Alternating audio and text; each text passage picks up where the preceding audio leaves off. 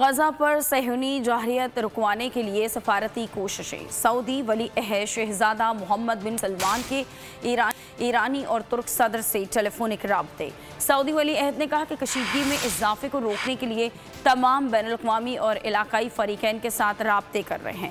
عرب league نے عالمی برادری سے جنگ بندی کے لیے فوری اقدامات کا مطالبہ کر دیا۔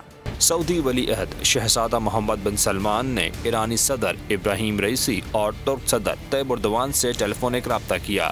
اسرائیل اور غزہ کے تنازع پر تبادلہ خیال کیا گیا۔ رہنماؤں نے غزہ میں فلسطینی عوام کو درپیش حالات پر تشویش کا اظہار کیا۔ سعودی ولی عہد نے کہا کہ اسرائیل اور فلسطین کو بین الاقوامی انسانی حقوق کا خیال رکھنا ہوگا۔ سعودی عرب اسرائیل فلسطین کشیدگی کو رکوانے کے لیے عالمی کوششوں کا ساتھ دے رہا ہے۔